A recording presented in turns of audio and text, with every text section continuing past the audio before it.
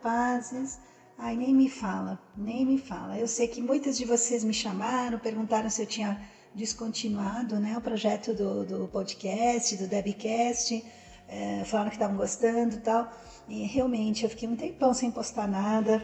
Até já conversei com a Marcinha Rocha sobre esse delay entre a primeira e a segunda parte da entrevista. Mas se vocês forem lá no primeiro episódio, vocês vão ver que eu deixei bem claro lá que eu não tinha uma periodicidade. A gente nunca sabe o dia de amanhã.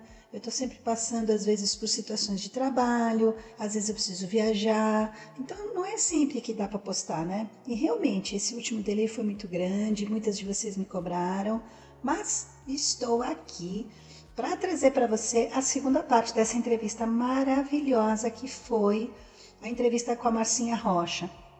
Uma entrevista muito bacana, a gente abordou vários assuntos interessantes, falamos sobre o BCC, enfim, muito, muito, muito legal. Termina aí então a segunda parte, assiste a segunda parte, depois deixa nos seus comentários, me manda mensagens. E meninas, eu não vou parar, eu vou continuar fazendo sim. Inclusive eu tenho uma mega novidade para contar para vocês, mas isso eu vou falar no próximo episódio, tá bom? Beijinhos a todas, beijinhos a todos e vamos continuar com a Marcinha.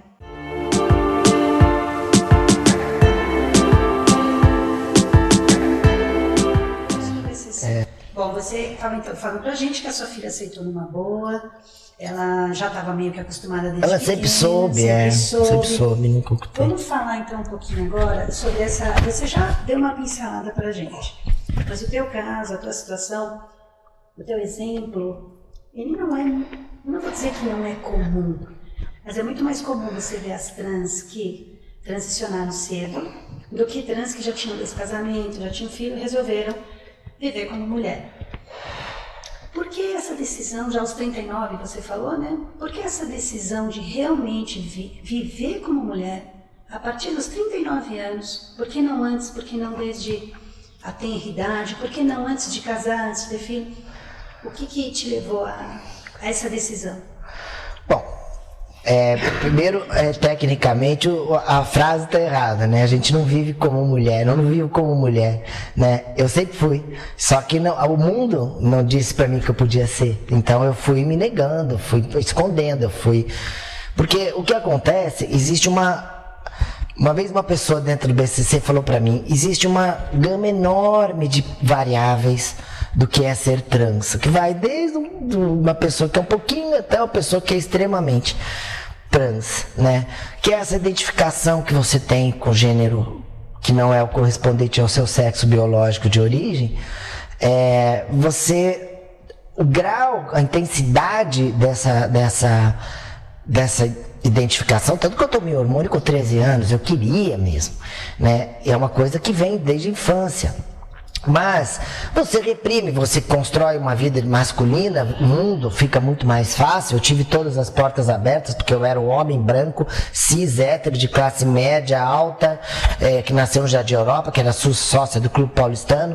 Então eu tinha todas as portas, eu arrumei emprego, o meu primeiro emprego foi uma moleza, meu primeiro estágio na Defensoria Pública, meu emprego de advogada numa das maiores imobiliárias do Brasil, assim, com maior facilidade, coisas que não é que uma pessoa negra não tem, que uma mulher não tem. Né? E eu tive essas portas abertas porque eu era o cara, né? Falava, você é o cara, eu mal sabe, né?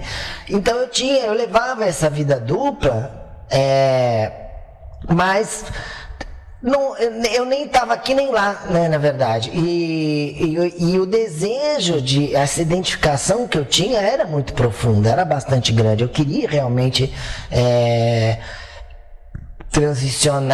não transicionar, a palavra transicionar é meio estranha, porque na verdade eu já era, né, já montava e tudo, mas eu não podia tirar o laser, fazer laser, tirar a barba completamente, eu não podia fazer sobrancelha, é uma coisa que dá uma bandeira enorme, né, furar a orelha, ainda inventava, eu era um cara, no final você conheceu assim, eu era um cara cabeludo, com o cabelo aqui embaixo, ou depois foi crescendo, com orelha furada, que eu punha um brinco um dia de um lado, outro dia do outro, um brinquinho pequenininho de diamante, era um cara exótico, né? Mas, na verdade não era isso, na verdade eu era trans, e conforme eu fui tendo seios, chegou uma hora que não dava para esconder mais. Mas todas a decisão de fazer essas mudanças foi porque justamente eu falo, o BCC é um catalisador, ele apressa a coisa, porque você já tem aquilo, já faz, já gosta, já quer, se identifica, vai lá, e tem um monte de gente.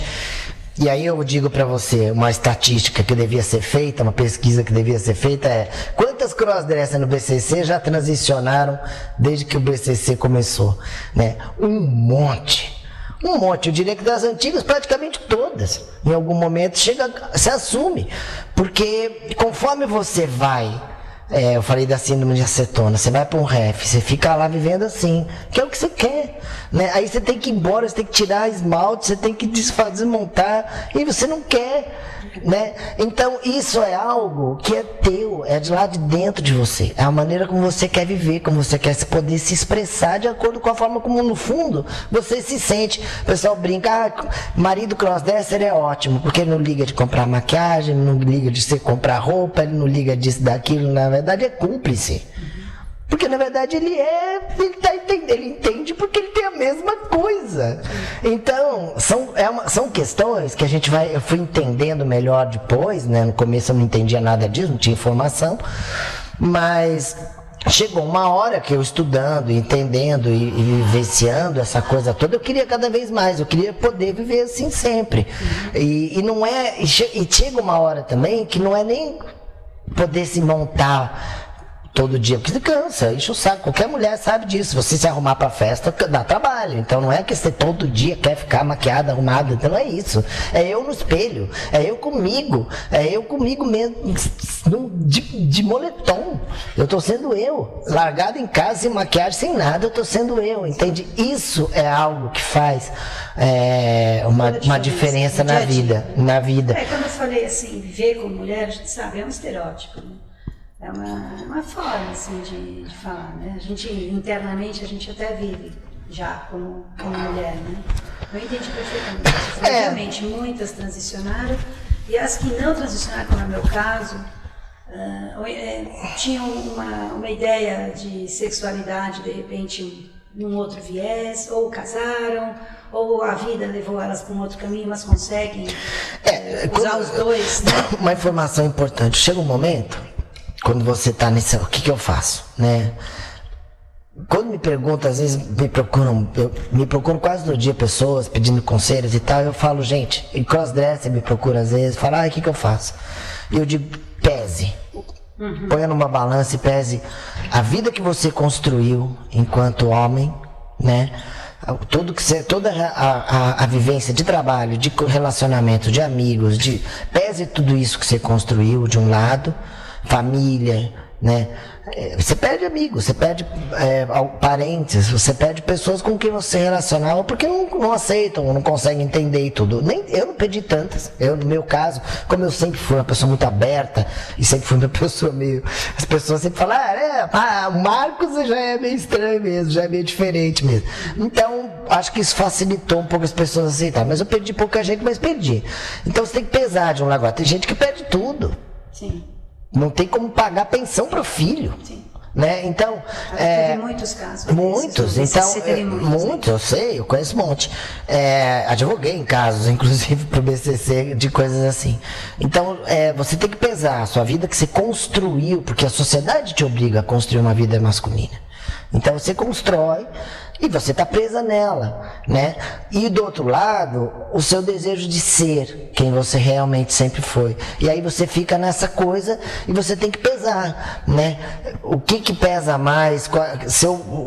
Porque eu acho, tem muita gente às vezes que faz transição, cirurgia, inclusive depois se mata, porque é muito difícil, né? Você assumir a bucha que você tem de enfrentar a sociedade dia a dia e ser julgada dia a dia e discriminada, etc., é muito grande. Então tem que pesar muito o quanto que você deseja realmente isso, quanto que isso vai ser bom para você, né? E o quanto você vai perder. Então você tem que pesar os dois lados para tomar uma decisão. Agora, Eu acho que eu jamais diria para a pessoa, mas eu vejo isso às vezes, né? Se assume aí, né? Eu falo, é que nem a pessoa pula, o cara tá querendo lá em cima, pula, né? Não é assim, quem vai se esborrachar é ele. Então a gente tem que tomar cuidado. Por outro lado também, nós falamos aqui da Márcia, né? Da doutora Márcia, que morreu velhinha, e teve outra, como é que era o nome dela? Aquela bem velhinha que tinha o apartamento de sapatos. Que era dona de loja de sapatos. Bom, essa falou uma frase que eu nunca esqueci. Essa disse pouco antes de morrer, já estava bem velhinha. Ela falou: meninas, se assumam, vivam sua vida, porque eu não fui, na minha época não dava, eu não consegui e me arrependo amargamente de não ter vivido a minha feminilidade. A Márcia Polari, a Márcia Polari está viva. Como é que era? Márcia o quê? Eu lembro dela como Marcinha, era médico. Eu não vou falar aqui a equipe do médico famoso. Mas não importa.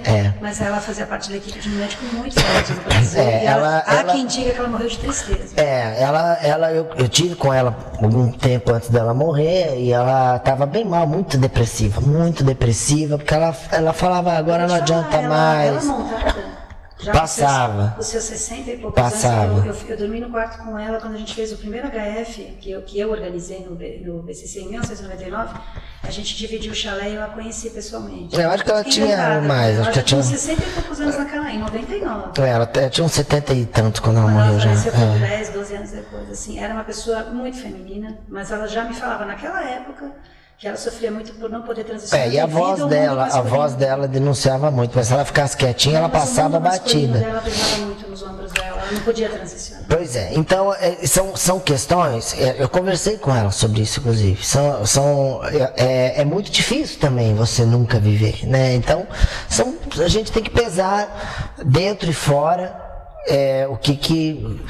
O que dá para negociar, de repente você negociar algumas coisas, você ter a oportunidade, como eu realmente me montava, depois com a minha esposa eu fui negociando, né, até que chegou uma hora que um dia a gente foi fazer um cruzeiro. Era um cruzeiro, não tem mais, tinha um cruzeiro todo ano, um cruzeiro gay, né, e a gente foi, que era muito inclusivo. E eu fiquei montado o tempo inteiro, biquíni na piscina e tudo. E aí, um dia eu tava na cabine e ela olhou pra mim e falou: você tá muito mulher. Eu fiquei super feliz, né? Eu falei: nossa, que legal. Eu falei: não, mas eu tô perdendo tesão, porque eu gosto de homem. Então ali começou o problema, porque isso é uma questão também, né? Porque não é só a pessoa que a gente gosta, tem atração física também. E aí. Hoje eu tô noiva, né, da Karine e tudo, e a Karine, ela fala: e se eu transicionasse? Cara, eu não seguraria a onda, eu acho. Entende? Porque eu gosto dela menina. Então isso é complicado, é difícil. São questões que eu entendi o lado da minha ex e falei pra ela: são decisões, a gente se gostava muito, falava: bom, mas paciência, é uma escolha que eu fiz, né? Até por uma questão de ativismo, eu achava que eu podia contribuir bastante com a questão da consciência, com uma série de questões acadêmicas também, e depois queria trazer empregos, depois, né, dentro da OAB também, eu mudei a OAB, né, fiz uma influência gigante dentro da OAB para mudar, continuo, né, as questões internas, de romper preconceitos, que o meio judiciário sempre foi muito conservador, então eu fui, teve juiz, desembargador, eu faço palestras para desembargadores, para juízes, até para ministro supremo, já tive com 2 em algumas circunstâncias, então, porque para as pessoas entenderem, né, que não é uma coisa maluca, que não é uma loucura que dá na cabeça da gente, não, é uma coisa que sempre teve, que a minha história demonstra muito isso, que é uma coisa que eu sempre fui, eu só não podia contar, eu só fui orientada a não contar, eu fui reprimida, não te dão possibilidade, o mundo não é feito para você ter a possibilidade de ser trans. Então, isso está melhorando, né, Marcelo? Nós estamos construindo isso, com leis, com direitos, com exemplos, com estudos acadêmicos, com pesquisa. Eu que gosto muito de sair, o crossdressing social, hoje você já é uma mulher cis praticamente, mas no meu caso, que eu sou cross e tantas outras, eu comparo muito os anos 90, eu comecei a sair no final dos anos 80, durante todos os anos 90. Aí quando eu criei o BCC, veio aquele boom de gente que eu não conhecia, que a gente começou a sair, com os dias de hoje. Tipo, É completamente diferente. Hoje eu fui em shopping. Não, hoje não era inimaginável, mas era muito mais complicado fazer isso há 15 anos atrás. E não é só aqui, é no mundo inteiro. Isso é uma mudança que está acontecendo. Eu fico feliz de estar acontecendo isso no nosso país. O nosso país é um dos melhores. Mesmo ainda tendo vários problemas e sendo um dos que mais matam trans. Sabe por que o país, a pesquisa da Espanha de que é o país, na verdade, eles usaram os dados da ANTRA. Os dados da ANTRA, eles não mostram que às vezes uma trans matou a outra por briga de ponto, né? Eu já falei com a Keila, presidente da ANTRA, sobre isso. Mas é o país que mais mata porque tem. Vai dizer, o Irã não tem assassinato de trans, a Arábia Saudita, o Paquistão, não tem. Né? Porque a pessoa não pode nem sonhar em dizer. Então é óbvio que quanto mais por conta da prostituição não ser crime no Brasil, muitas trans estão na prostituição o tempo inteiro. Então ela está mais exposta à violência. Um dos países piores do mundo é o México. Eu quase sofri violência no México por estar num restaurante. Isso aconteceu. A Keila foi impedida de entrar esse ano, no México, né? Então, o México é um país horroroso. A Rússia é péssimo. A Itália não tem casamento gay. Então, agora vai dizer que o Brasil é pior? Não é pior. Né? O Brasil, 40% dos países do mundo ainda criminalizam ser trans. Mas é que eu estava falando aqui, a gente tem, além de ter um país de proporções intercontinentais, nós temos vários países dentro do mesmo país. Nós temos no Rio Grande do Sul, eles pensam de um jeito, São Paulo já tem um jeito, não, mas eu viajei o Brasil inteiro, eu estive na Paraíba, eu estive no Nordeste, na Bahia, em Minas.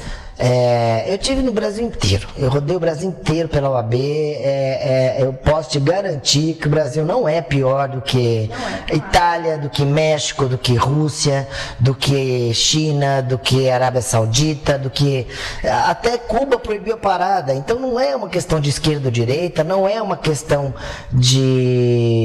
é uma questão ligada à religião, uma questão cultural do país, e é uma questão de que o Brasil é um dos 3 países com mais direitos para trans. Nós conquistamos muitos direitos por causa desse grupo de advogados e ativistas. Isso nas ruas, né, Márcio? Sim, porque hoje é crime. Hoje me discriminar, chegar para mim no lugar e falar que eu não posso estar ali no Brasil é crime. Em quase nenhum país na França não é.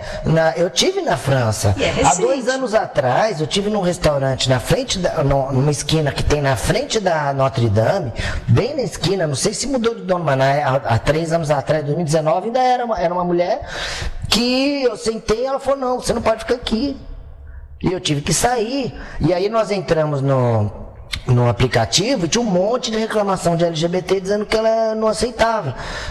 E tudo bem, mas no Brasil seria crime, a mulher vai presa. Então isso tem um peso educativo. Eu falo, as leis não são para punir só, elas educam, né? Nome social, você poder. Eu não mudei meu nome de registro, mantive porque é uma questão até de ativismo também.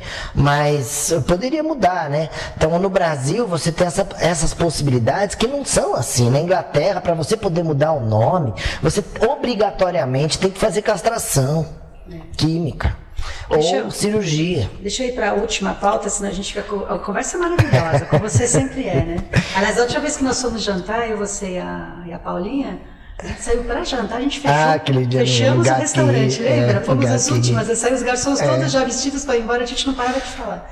Marcinha, é um assunto controverso, mas acho que você é uma pessoa excelente para falar sobre isso. É para encerrar nossa conversa. A gente sabe que existe uma relação conturbada, às vezes até desagradável, entre transexuais e crossdressers. Infelizmente, isso é verdade. Eu, particularmente, minha vivência, nunca tive problema com nenhuma. Aliás, eu tenho grandes amigas trans, você é uma delas, a Maitê, a Paula, tantas outras que eu conheço, que são muitas amigas minhas, que eu converso, mas talvez porque eu conheci da fase cross, com exceção da Maitê, que entrou no meio das cross. Mas todas as outras eu conheci como meninos que se vestiam, digamos assim, né, com as cross, depois transicionaram. Porque você que viveu, digamos, os 2 mundos, você teve a fase cross, onde você vive como mulher, entre aspas, digamos assim, né, você hoje está 24 horas por dia no universo feminino. Por que você vê isso? Você acha que para a parte das trans, elas levam muito a ferro e fogo aqueles, digamos, aquele fetichismo de alguns homens usarem lingeries, tirarem fotos, que eu particularmente não acho que isso seja a essência do crossdressing, mas eu respeito? Ou você acha que elas tiveram muito trabalho para chegar onde chegaram e não querem que um homem vestido de mulher, por mais bonito que fique... Como que você vê essa situação entre as duas, digamos, esses dois lados? Tem coisas que eu já escrevi sobre isso também.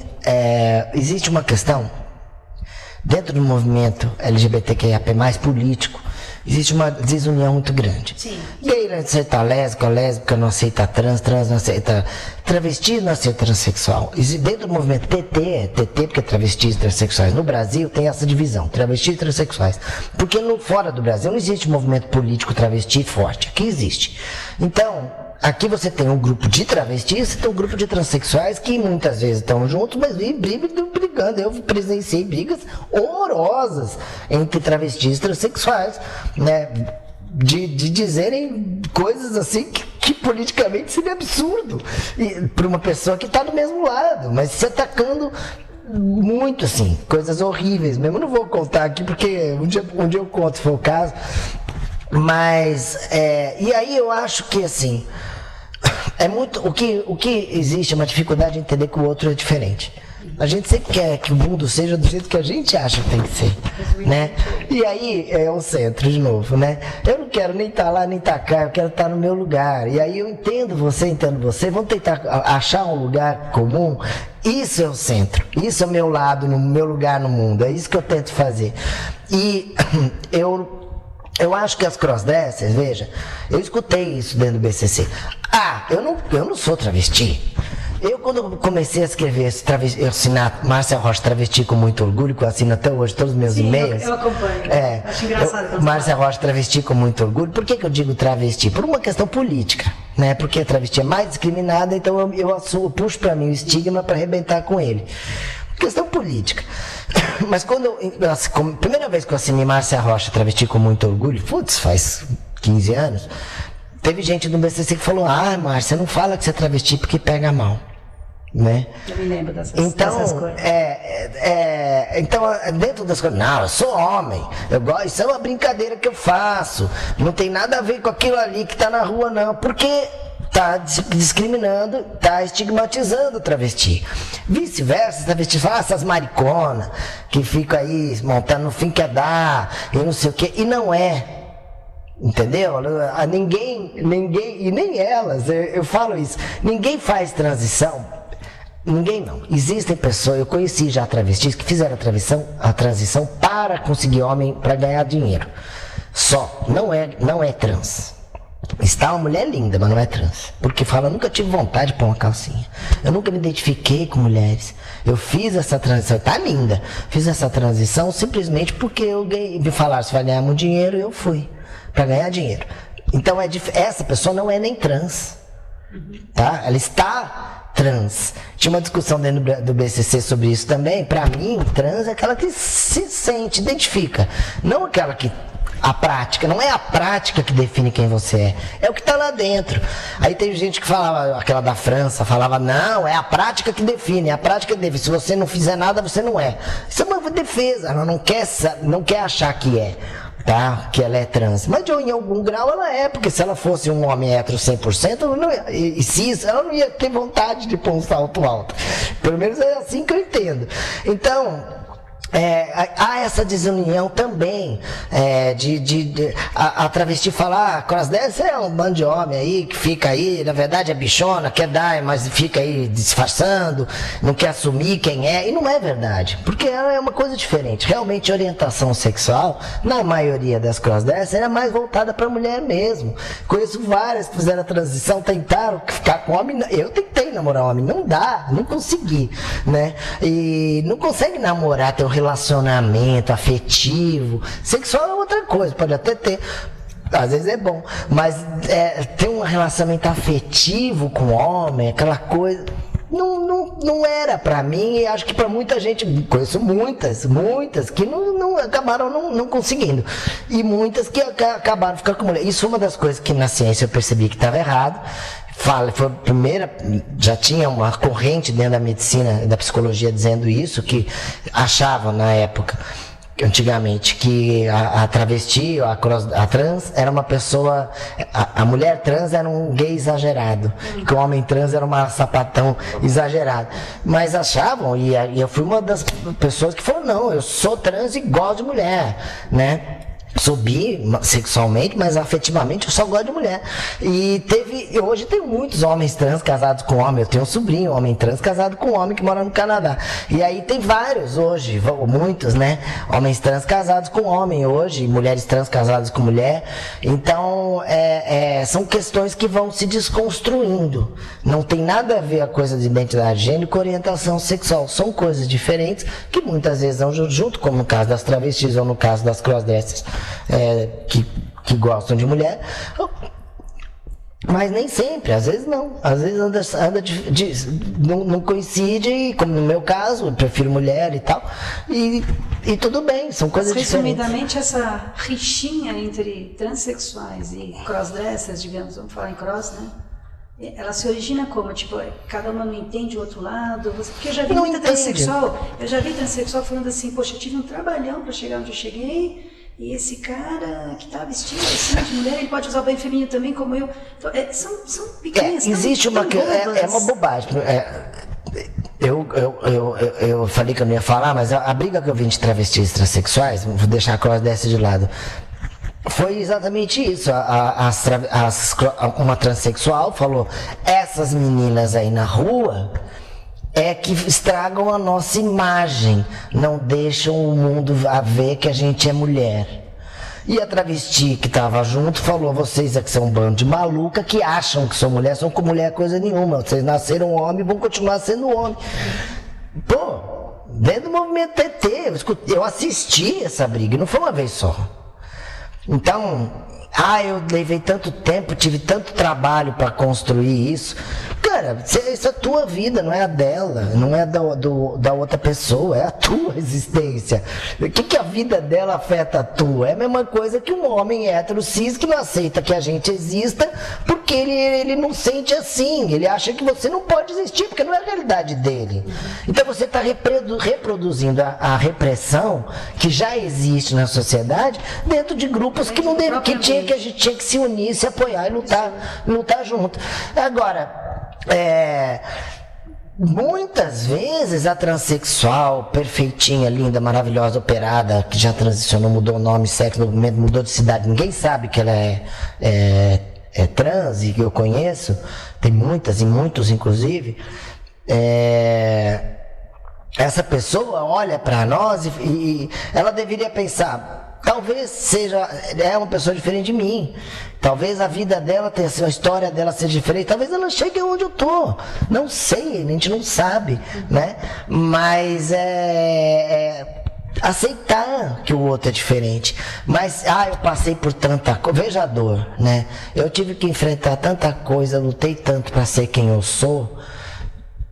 Como é que eu não aceito que você não tenha lutado, que você tenha as conquistas sem ter lutado, ou tenha alguma vantagem sem ter lutado, que você se sinta bem montada sem ter tido que passar por tudo que eu passei. Sim, mas a tua vida é tua, a da pessoa é dela. Ela tem outros sofrimentos que de repente você não tem, e é assim. E a vida de ninguém é perfeita, sempre é cheia de vantagens e desvantagens, e é isso mesmo.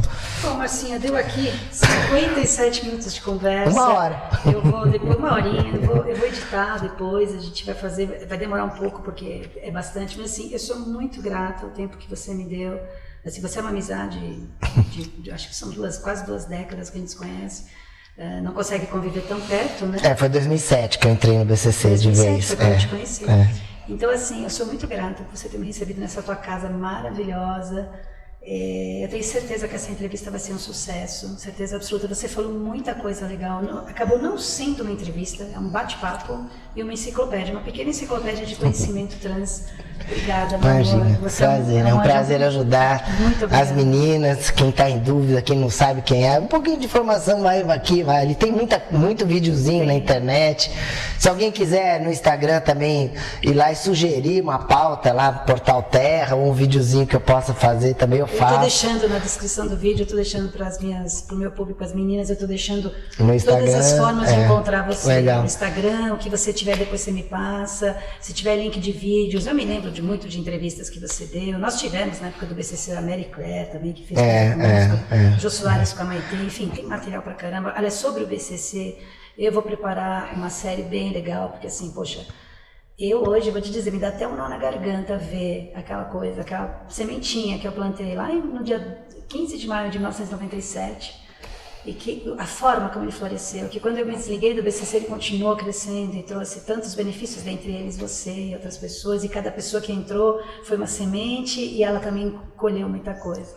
É uma alegria. Obrigada, Márcia. Obrigada por tudo. Prazer. Deus te abençoe e boa sorte em todos os teus trabalhos. Obrigado. Então é isso, gente. Sem palavras para essa entrevista, foi simplesmente magnífica. A Márcia me recebeu super bem na casa dela, conversamos bastante, eu pude ter a oportunidade de trazer para você todas essas questões que a gente conversou, que a gente levantou. Se fosse abordar cada questão dessas a fundo, seria um podcast de horas e horas e horas, porque a Márcia tem muita história para contar. Mas aqui eu sou muito grata pela atenção que ela me deu. Muito obrigada, Márcia, por tudo. Obrigada a você que acompanha o meu podcast, mesmo com essas demoras, né, que às vezes eu tenho aqui para postar. Muito obrigada. E, conforme eu disse lá no começo, tenho uma novidade, gente, muito legal. Logo, logo eu vou trazer mais coisas para vocês. Tem novas pessoas que eu estou entrevistando. Outro dia eu fiz um roteiro de coisas que eu quero colocar aqui, e uma das novidades mais legais é que eu estou escrevendo um livro. Será o primeiro grande guia crossdresser do Brasil.